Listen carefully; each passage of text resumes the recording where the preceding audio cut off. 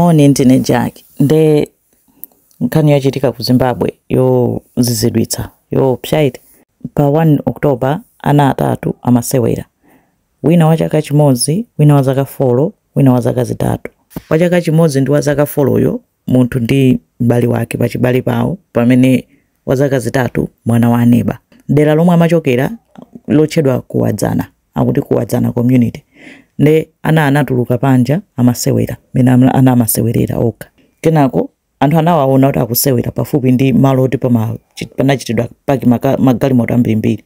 Tsono anaja sanaonekenso after pa 1 October.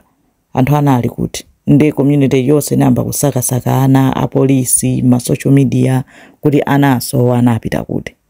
Anthu nkumati tinaona chapa pamene pali magalimotopo. That's the last place anaoneka. Ndena amaona ngati kuti anachitidwa kidnap, ena amaona ngati kuti ana pachitika za chinyengo, ena kuti za ufiti zimene. Koma anthu anala kupitiriza kusakasaka kuti anali kuti. Mpaka na tsiku kutha tsiku linanso. Mpamene no anthu komatu anawo tinaona kumalizira patipo pakapaki.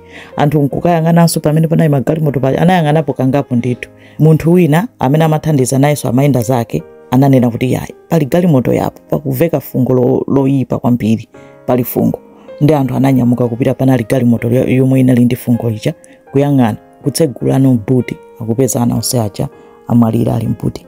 Pamene no aliyense tudzidzidzi kuti chachitika nchani anawa. Nde pakali pano sana wapange postmortem kuti adziwe kunena kuti chawapha nchani. Ena akuona ngati yayi mwina wina wake anachita kidnap kena kuwasintha maganizo nkuwasiya, kapena wina wake wapha nkungu aponya mmene munkutseka nkuchoka.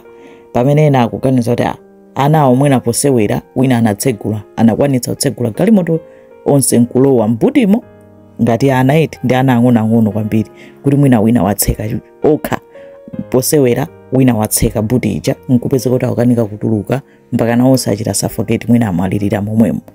Nde pakali pano ndi speculation okha chidziwika bwinobwino akadani akapanga postmortem, koma ndi mudzi oti uli nkati molira kwambiri nkhani yoti yazizidwitsa anthu yosakhala bwino. Zimenezo ndizo zomwe zikupangika ku Zimbabwe zikomo kwambiri.